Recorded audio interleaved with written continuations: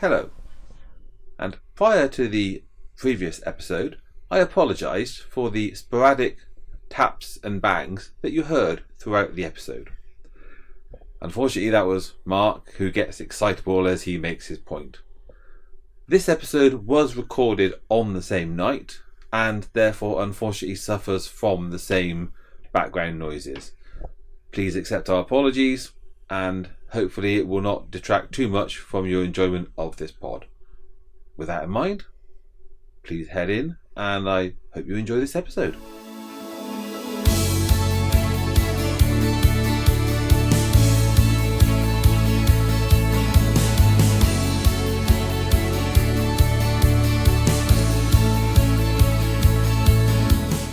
Hello, and welcome to the Green Grassroots of Football with me, Andy Glover, and me, Mark Crinter. And I would just like to thank our sponsor, Rachel's Bookkeeping, for all of your bookkeeping needs. So, in the last episode, we looked at neurodiversity in football with Sarah, who welcome back again. Hello, Sarah. Hello. In this episode, we'll take a look at the solution offered by the FA for those younger players who are either uncomfortable within mainstream clubs or perhaps have been rejected by clubs. As normal, I'll start with a quote. Neurodiversity may be every bit as crucial for the human race as biodiversity is life for general. Steve Suppleman. So again, not a player, but I think a doctor. So in this episode, we're going to be looking at the FA Comets. Much like the Wildcats when it comes to girls football, the Comets was designed specifically for young pan-disability players. So in the words of the FA, Comets is a recreational pan-disability football programme for disabled boys and girls aged between 5 and 11. Pan-disability is the largest format of disability football which sees players with a broad range of impairments and health conditions play together. Comets offers a new, flexible and inclusive way of playing, one that's all about playfulness, friendships and having fun. So I've not really got a lot of notes in terms of this. Just going to look at the actual setup and how it was organised. Because basically Sarah has organised the 5 Clubs UFC Comets. So thank you very much, Sarah, for doing that. You're welcome. So the setup. There's a £500 grant. That's intended to support facility costs while establishing sessions. County FAs will distribute the grant to providers in one payment following an approved application, completion of the Comets online training module and setup of sessions on ClubSpark. What can you tell us? What can you tell me? So we've already done all of that. Mm-hmm. We are going to use the funding to pay for winter training in the inside hall because kids don't like being in the cold as it is, especially some that have pan disabilities. They can have conditions that are maybe aggravated by the cold. Neurodiversity, some children just, they don't like it. So my son, he hates the cold and he hates the rain. So the minute he touches his body, it's no good. So we've organised winter training at Broadlands Academy School for that. That's now running until March. So our funding will pay for that. We also got you get equipment bag from the FA. They provide you with, so it gives us balls, bags, cones. It also come with some prompt cards. So to help out, it come with a board to do a now and next bit, and it also come with a bag of fidgets, which is really good for them. And it also come with a band. You get those plastic bands that you put around, and it just says "Just Be You" on it, so that they get to feel like they're a part of a team, which is really nice. The FA support for it is really good. Okay, Mark, did you do the training as well? Or is it just Sarah has done that? Yeah, I have done it. Have Do you see? Yeah, I've done it, and it is good. As I said, Sarah's been the driving force behind this, so I just support if and when I can. But it is amazing for them what they, and like Sarah said, being indoors again. And they like the routine as well. So if you're outdoors on a football pitch in the winter, it could be called off and that'll upset them. So obviously being wise and getting it into Broadlands indoors, no matter what the weather's doing outside, those children will know 5 o'clock on a Friday their football's going to be on. So it might be that release that they need from, like you said, certainly Friday I think is a perfect evening for it as well. They've had all week at school, like you were saying earlier. Release some energy. Yeah, and it gives them that positive thing going into the weekend. So I don't necessarily plan the sessions either. I just go with it because they like I've got such a small group at the moment. One of the things they love is like a pyramid thing, and we stick balls on it, and then they've got to kick balls off the top.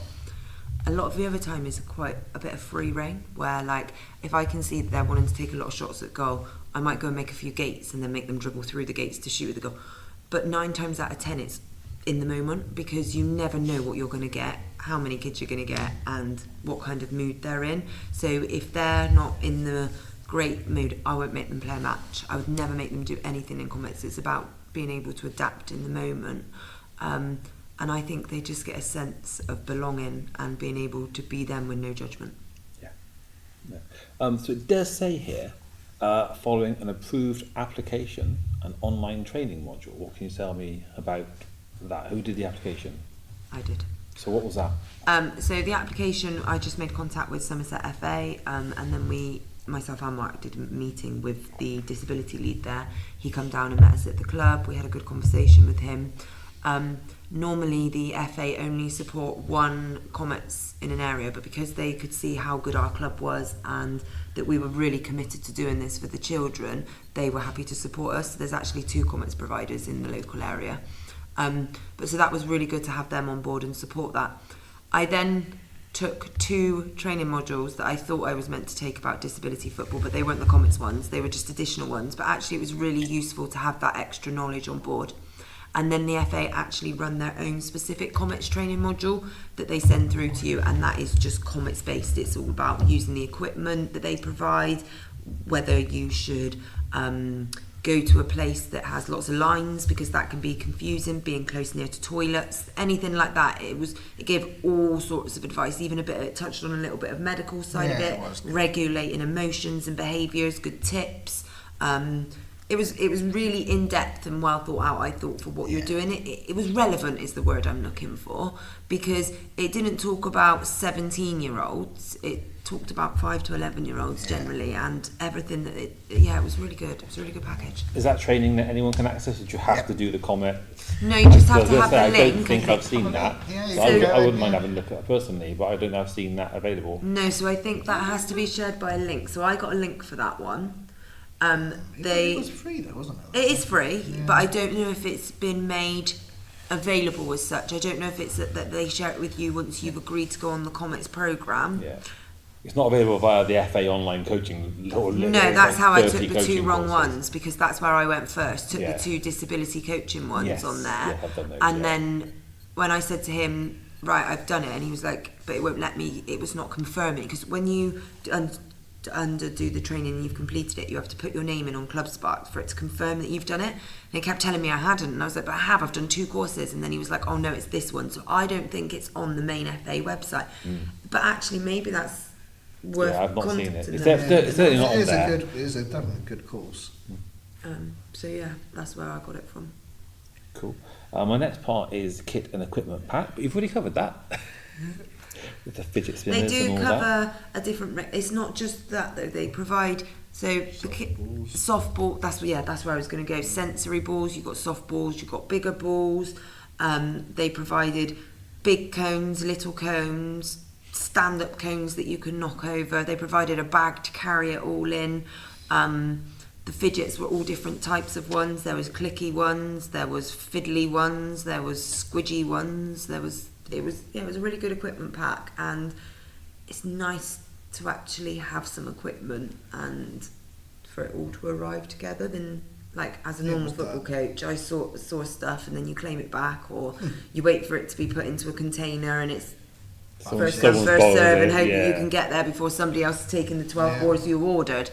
Whereas this come direct to my door, and it was really good quality. Like, it's all Nike, so it's really good quality stuff. Oh, they provided bibs as well, so they wear Comets bibs, which is nice. They get that sense of belonging. It says Comets on them. Yeah, it's good, really good. But it's a £500 grant, so that's for the 1 year. You then have to become self-sufficient after that. Yeah. So that's then incumbent on you to build up the Comets, to advertise and hopefully build up the Comets to a point where enough have come along to make to to a degree, because obviously I would say with Comets you wouldn't want too many, I mean, No, but in terms of you want to use I think the that's indoor where I'm going to next have year. to try and look at grants and stuff Yeah. over the years that come each go, maybe going out to the councils and things, doing a bit of fundraising, looking to see if anybody wants to sponsor it a little bit. Like, for example, if I could get a sponsor and that could cover a couple of tops so that they all had a top each, but then the rest went to winter training, that would be ideal, because I don't think you're ever going to want the numbers. You would, if you say you had 10 and then you charge them £3 a week, that still doesn't quite cover it. No. But I wouldn't want more than 10. No.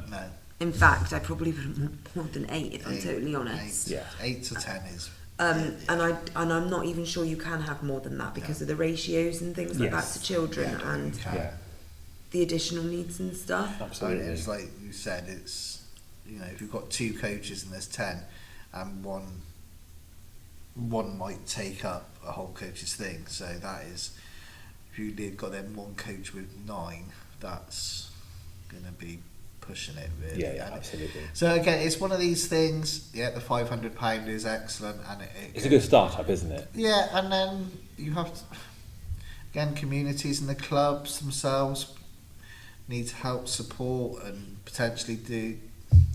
It is. But that's what the club is here for. If you're struggling, that's what the overall club is here for, to support that as well. Ultimately, you know, if you can't get a grant next year, then the club has to. The club is here to support that. That's what we're here for. Said, we are a club. The local councils and people like that, because it is providing a great service for them as well. So there is stuff out there. Resources include on-pitch game cards, that you mentioned the cards, and also behaviour and emotional regulation support, including flashcards and emotion cue cards. You mentioned those. Yeah. Also marketing assets. Yeah, so they provided sort of like a downloadable digital marketing assets that had videos and things. It had posters in it that you could use for advertising, letterheads. It even had, is it called Giphies? You know, things that move them. GIFs or GIFs, depending on there's a exactly. big argument online, but I go GIFs. And it come with a lot of that. That was really useful. I used the flyers quite a lot. I put them on Facebook, and I sent them out to schools to send with their newsletters and things. So yeah, they give you a marketing toolkit that's really good. If I'm totally honest, it was a really easy thing to set up. And I actually this week have been invited by Somerset FA to go to an inclusion event in February and speak on their behalf about setting this up. On Somerset's behalf? Yeah. Oh, that's good. It's good for you, because you've never done this sort of thing, speak on someone's behalf, have you, Sarah? No. But they said she has that a they lot, would by the way. coming sort of like to have that discussion because they knew that we were putting a lot into it. So yeah. Cool. And then training and signposting. It says providers have access to the Comets online training module, support program delivery, and the Club Spark training session to aid the use FA platform, where you'll create sessions and take attendance. Further learning is also available, including the new disability training for clubs and introduction to coaching disabled footballers course. I assume they're the ones you actually did before doing it, but it also says you use the Club Spark to create sessions and take attendance. So what we're supposed to do for the Wildcats. So I put the sessions on there. Yeah.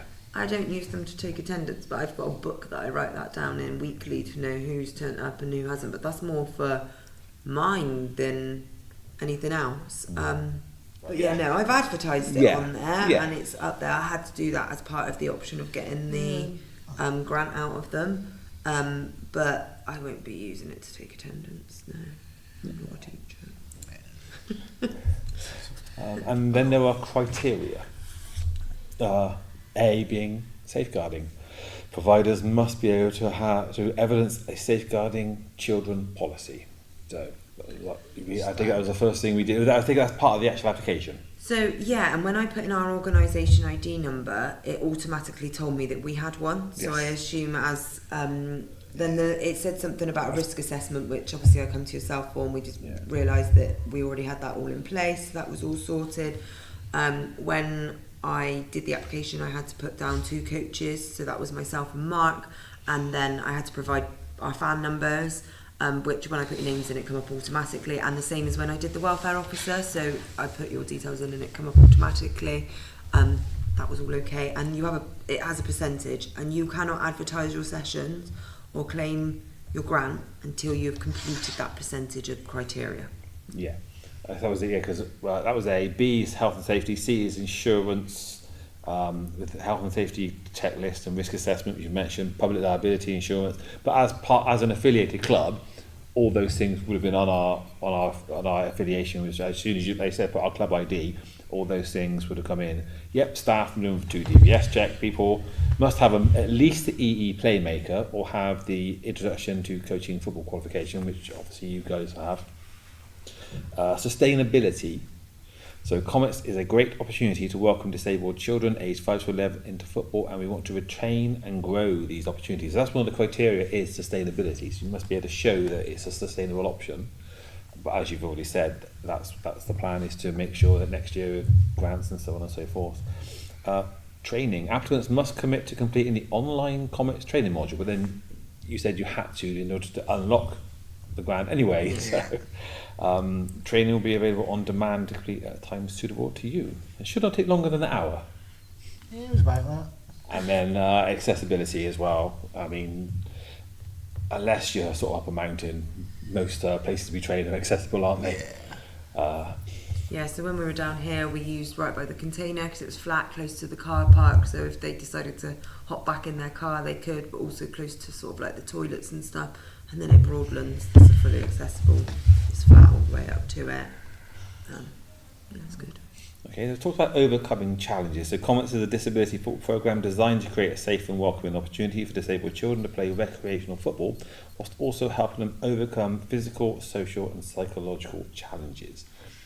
From your experience so far, how do you think that has been working? I mean, are you presenting those sort of challenges for them to overcome within the sessions you're creating? Some of them are overcoming challenges before they even walk through the doors because they've arrived. Some of them find that difficult, especially the first session when it was new people, new things to aware. The difficult part for me is ending the sessions, transition, because they don't want to go home. They're having fun. They've been allowed to run around with a ball and shoot and not do what they want, but to be themselves. And then now they've got to transition, probably go and have tea or no. That's the hard part. That's what their parents are there for, to take them away. No, but that's my hard part for me. Is overcoming that transition. You can have a plan in your head of what you want to do for that session.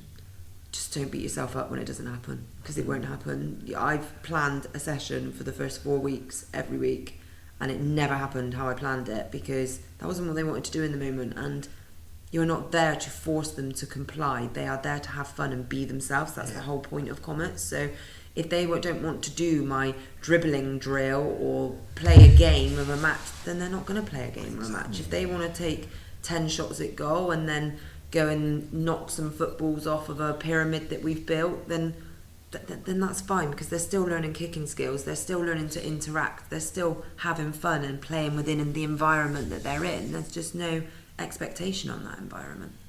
Taking away the word challenge, using the 3 corners of the 4 that they've mentioned here, and I'm going to Mark first. Which would you suggest, Mark, is the most important corner of the model they've mentioned here for the children? The physical, the social, or the psychological? And not challenge-wise, just generally. If you had to pick one. If I had to pick one for them, it'd be social. Certainly for them, just to be, like you said, to be happy, to be just being themselves and being in an environment that they're safe, being part of a club, like you said, wearing the Comets bibs, being they're part of a team, it's their team. It gives them that boost. So for me, yeah, the social side, I think. And that feeds into the psychological side then. Because then they're happy, yeah. So yeah. So would you agree? Yeah, I would agree. I think the physical side can also be one as well. Like if you've got a child that may not necessarily get out as much, if they can then go and have some physical exercise, that is good for everyone. Getting out and exercise is good for your mental health. I don't mean in terms of weight or anything like that, that's irrelevant. I mean in terms of like mental stimulation, that release, that endorphin hit that you get from doing a bit of exercise, the adrenaline stuff. I know no matter how grumpy I am, if I go football training with the ladies, even with the girls sometimes, my mood is good when I leave. Not because I've had the best time in the world. Training could have not gone great. Break my arm, it's because I'm doing exercise. I'm moving about. The blood is pumping. I'm not sat feeling fresh air's in the lungs. You know what I mean? Yeah, and I absolutely. I think that side is important. But no, I generally agree with Mark, the social side of it, because a lot of children with neurodiversity, pan disability, they struggle with social skills. That's often one of their biggest struggles, is that because they can't communicate their wants, their needs, and how they feel, that they find other things so hard, and they struggle to find other people like-minded, if that makes sense, similar interests, similar struggles. Whereas in this group, they're all more understanding of each other. Like, if one of them gets a bit stroppy and throws the cones all over, the other one doesn't bat an eyelid, because that's likely to be them the next week when things go wrong. It's familiarity. They're around each other. They're building that bond. Like Reggie calls it my team. Yeah. I love that. Absolutely. They might not play matches, and they might not at the moment, but it's still his team, and he's got a sense of belonging, and I love that. Yeah. The FA are looking at, part of it is one of the things that they want to see, a physical challenge, and they suggest 20 minutes of physical activity a day. Happy with that? For all children? No, in terms of the Comets. In terms of the session, they would want 20 minutes of physical activity is the sort of thing. A lot more than that. Yeah, they're on around the whole hour. That's the physical challenge they work. So they want you to do 20 minutes or more? A day is what they recommend. That's what they're day. looking to try and get, at least 20 minutes a day. I think that's the general thing which they say for most kids, isn't it? It's the 20 minutes, the mark. Especially these days in the Xbox generation. It would actually be maybe really good if the FA rolled out something like this into schools, like in special educational needs schools, so that they get a feel for it, and then they might be able to go out into a club themselves. So if it started in the school and you build up a community and you've got 5 children that are in a special educational needs school and they all love football, they might then go to a club, and that would be enough to make a team, or to do a little bit more with it. They would have an interest to then take somewhere else. I think the FA would be the best place to start the 20 minutes a day at, is getting it into schools and getting children interested, and realising that just because they have a disability or just because they find things hard doesn't mean there's not football out there for them. Definitely.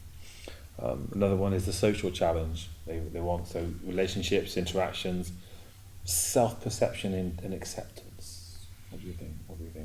Well, like we said, with the social side was probably the most important. So I think being part of it and being part of a club, being part of the community, they can, some children like neurodiversity can be excluded from it, or feel that they're excluded, or feel that, so to have a special place, a special environment, football or whatever it is there, it's important for them. So, but they got relationships, interactions, and acceptance. But the other key one I noticed was self-perception. I don't think they need to worry about self-perception in Comets environment, because there's other people around that are different too. And I suppose, like you said earlier, if say Reggie, if he's had a week where he's been told off, he then comes to, and he feels like, you see, he's part of a team, so in himself, there's still something he's feeling that he's this is, he comes to Comets and he can't fail. That's what it is. He cannot fail, because unless he goes around smashing things up, which he can't, because we've made that environment that wouldn't happen. It would never get like that. It would never get so busy that I wouldn't see that he was about to have a meltdown. It would never. He can't fail there. And I think that's none of them can, and that's such boost, isn't it, that's such an important thing for it, that it gives them the perception, that self-perception, that they are good at something. There is something they can enjoy and be involved in, and not have to have this and this done for it. They can just. I literally open the doors and say, play. And I set up a few little things, a few cones to dribble with, a few gates, and a few little. Just let them play.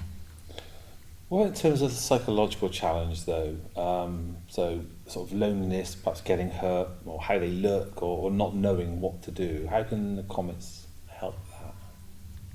I mean, that could be a lot of children. That could just be timid children or shy children as well, or even adults. But it's a smaller group for starters, so it's not so overwhelming. If they do hurt themselves, they haven't got 20 people staring at them. They've got 2 or 3, if that.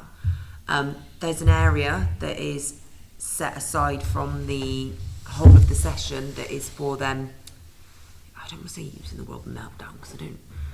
But if they're not having struggle regulating their emotions or they want some quiet time, there's an area for that, and that's for me where Comets supports that side of it. Is that because it's smaller and it's more. There's more. Yeah, you can just give children more time, the more hands-on experience that they need. So I just supports their sort of mental welfare and state. Yeah, so it supports their mental well-being. If they are struggling with big crowds, then they'll probably be overwhelmed before they arrive. For all you know, they might have had a not so great day at school, and then they're coming for their release, and they want their release to be in an environment that they're comfortable in. They feel safe, and smaller groups, which Comets is ideal for that. Easier to manage as well for us and for them. Yeah. Okay, final few points on the Comets. Either of you, any drawbacks that you found so far? Just generally, the format, the way it's set up. Because obviously, Mark, you've coached now women, girls, Comets, boys. Yeah. You know, any drawbacks to it at all? Even So from the funding to the setup to anything at all. The funding problem's not the FA. No, it's the acceptance generally with it. It's, you know, there is, I said, it's a lot better than it was 10, 15 years ago. It's still not perfect, but I think the issue is there's Comets, which is for 5 to 11-year-olds. There isn't a programme for after that yet. No. So the FA are still in development of the next stage. Isn't that what they kind of term the pan disability? No, so that Isn't starts that- like slightly. There's meant to be something from 12 to 16-year-olds, I think, before you. It's more 16. That's not there yet. Oh, that's the 16 plus sort of thing, is Yeah, it? Yeah. that's not there yet. So I think And that's going to be a barrier because at the minute all of mine are 6 and 7, and I've got one maybe that's going to be 8. Now the FA have said to me, you can play with the 11 a bit if you've got a 12-year-old that is a little bit more like a 7 or 8-year-old. There's no harm in them joining in as such. I mean, you're not going to want a 17-year-old playing with a 7-year-old, No. but 1 or 2 is Well, not. if you've got a 14 or 13-year-old with ADHD, they can't come in. basically, no. Yeah. However, if I had someone, so if in 5 years, or if Reggie I get someone that comes in as 10, I can only have them for a year and a half, 2 hours, and then I've got nothing to move them onto, and that's a blocker. And I think that is probably my biggest drawback, is that I've set something up, and there's not a pathway fully through. With the girls football, we didn't have the women's pathway, so Mark set that up, obviously along with Kelsey, and that's now full pathway. Right now, there's a gap, or there's no, so it ends at 11 years old, and what happens to those children then? They've built up a love for something, and then they can't continue it. I mean, you've dealt with them. Have the FA given any indication about that into when you was chatting at the Comets It's that there in might be development. something? That's all you get, and it says that on the website, in development. Yeah, I mean, and again, I mean, in fairness, we've only got into the Comets. When did you first start inquire about the Comets? August. So it's only been 3 months. So in August, development I went to could the have been. FA, set it up. So it could have been, so in development might have only been there 3 or 4 months, and 2 months from now it suddenly could be there. It'll be there, hopefully. And again, Comets was 2 years, 3 years it's been around, if that. So it will get there. And again, and hopefully in 5 years' time that gap will be there. And I imagine that's where the FA's going with it is, okay, they probably give themselves 5 years for the 6 to 11-year-olds. So by the time the 6-year-olds get there, there will be something in place. I think, like we discussed in the other episode, once you've clicked that 12 or secondary school the coaches and stuff will have different needs. The children potentially could have, because basically all the coaches are volunteers, and some of these children, once you get to 12, 13, 14, 15... I am dinky. I wear size 14 to 15 clothes. So most 14 and 15-year-olds are bigger than me. So the FA's got to be very careful. Like you said, if say Sarah was doing the 12 to 16-year-olds, there's a 15-year-old lad there, probably might be 3 or 4 stone heavier than Sarah, and bigger than Sarah, and has a big thing, and pushes or punches. That's going to cause... Yeah. Whereas which might be the delay they've got. Because it probably is in a is serious thought, because you're not just dealing with children that have like disabilities and stuff at that age. 14, 15, 16-year-olds are hard work anyway. Any 14, 15, let alone without the additional issues of maybe not regulating their emotions, being worried about stuff, up to bullying, whatever it is. It's just a very difficult thing. And I imagine the FA, and for anything, that with the added potential unpredictability, if something could just go like that, and I said if Sarah or anybody was there, whereas they've got to have that protection because it is going to be volunteers that are doing it. In the school environment, it's it's professionals all the way through. In grassroots football, it's all volunteers. And that is lies the issue potentially when, like we've said earlier, I think. And 9 times out of 10, you're going off what a parent tells you in grassroots football. In a school, they generally know that child, or they've seen the medical reports, the EHCPs, etc. They know. In grassroots, I have to take what a parent said to me. So if I was doing older football and I spoke to a 14-year-old parent, they said to me, "Yeah, fine, no outbursts," but then, I don't know, he snuck a knife to training. And something bad happened. You just don't know, do you? I think, and maybe that is where the delay is. But it is also a drawback for me because I feel like I'm setting some kids up to find something that they love, and then you take it away from them almost, because if there's not that next path. I think that's hopefully again with that. If it's a coping mechanism or something that is their interest in it, and then you take that'll be devastating. Yeah. It is that balance, and it is. You can understand why they have to make sure it's right. There will be so many barriers, and there's so much things that can happen that you could take something on, and again, a classic. If you're coaching it and something happens and you walk away, well, probably most grassroots clubs won't have anybody else. No. To replace that, and we know that from just under-18s coaches, where an under-18 coach finishes, there's no one waiting. So let alone that's just standard under-18s. Let alone something as specialist as Comets or something. And so I said, I think I can understand why they've gone 5 to 11 to begin with, and hopefully in a couple of years they'll again more understanding, more knowledge, more advice, more help. It will be there for the old, but I don't imagine it'll be easy, because you've got to get all the you have to protect obviously the children, but you also will have to protect the volunteers, because it will be volunteers that are running these sessions. I also think there would have to be some serious rules and regulations, like in terms of how you handle children, like up to an 11-year-old. If they're getting aggressive, you can probably hold them or just grab them and move them. Like, I had 2 girls that were arguing at training earlier, and I literally went up to one of them and just moved her into the centre back position and was like, "You can play left back next week."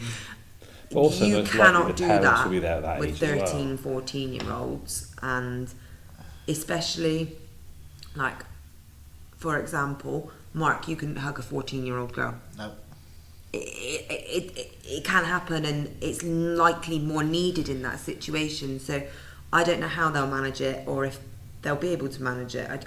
I don't know, but there is a gap, and that's a barrier right now. That is my negative probably. And I suppose potentially the way I could see how, certainly to begin with, the FA might have designated specialist professionals, like we said, the Bristol City Robbins Foundation and clubs like the professional clubs, that might, I said that potentially could all there be to begin with. and hopefully that would expand as it goes more and more. So we can speak to the Somerset FA tomorrow about it. Yeah. Okay. That was Ben. That was drawbacks. Benefits.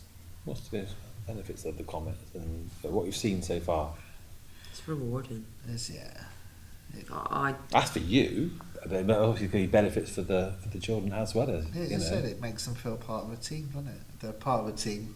They're part. It gives them that potentially the highlight of the week. You must see smiles, beams on their faces when they turn up. Massively. And the fact that when they don't want to leave, that means that they've obviously had a really good time, and some of the parents are like, they love it because they can just be themselves. I think as well, for my son, he'd also, like, mainstream was told that he wasn't sort of like really ready for it, he wasn't going to cope in it or whatever, whereas I haven't even had to worry about that with this. Setting this up for him meant he still felt like he had a football team he belonged to. I was going to get to a point where I was going to have to say, like, you haven't been picked, and I didn't want to have that conversation with him, and I haven't had to now because he's got somewhere that he belongs, and he doesn't even really pay attention to the fact that he's not paying matches week in, week out, and actually it probably better suits him like that. But it's given him a place to go, and there's other kids there that probably feel the same with that too, and they're out having fun. And do you see the development as well? It must be a benefit for you, and for them, but it must be a benefit for you seeing their development over the time they're with you, from week one to... Yeah, so like one of them, I seen him outside of Comets now, and he's like, "Hi coach, how are you, coach?" And he'll like talk to me, and he gets really excited to see me and feel stuff. lush feeling. And that's really nice because when he first ever come, the first week, it took 15-20 minutes to get him in the hall, and then he wouldn't really talk to me, and then he got mad when he left. He still gets mad when he leaves, but he's so happy to see me when we get there and we talk, and yeah, it's nice. I love that side of it. Okay, and finally, I'll start with Mark first. Overall thoughts on the Comets and the progress so far? Comets is an amazing place for children. It's an avenue where potentially mainstream, and again we'll go back to the mainstream teams, grassroots coaches are generally volunteers, so it gives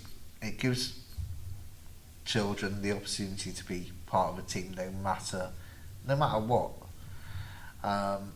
So it's only a benefit, and it's a positive thing, and it's a highlight of the week for some children, so it's fantastic, and Sarah's done an amazing job with it at Fry's, and all the Comet providers are doing tremendous jobs, and it's just all positive. Yeah. So overall thoughts on Comets and progress so far? I'm really pleased with it. I think it's something that I'll be proud of probably for the rest of my life. Just removing those barriers for children and allowing them to access something that is enjoyable and fun. I think it's going really well, and I can't wait to see where we go over the next few years. Brilliant. Okay. Right. I think we'll end it there. Thank you, Mark. Thank you, Andy, Sarah, and everyone. Thank you, Sarah. Thank you.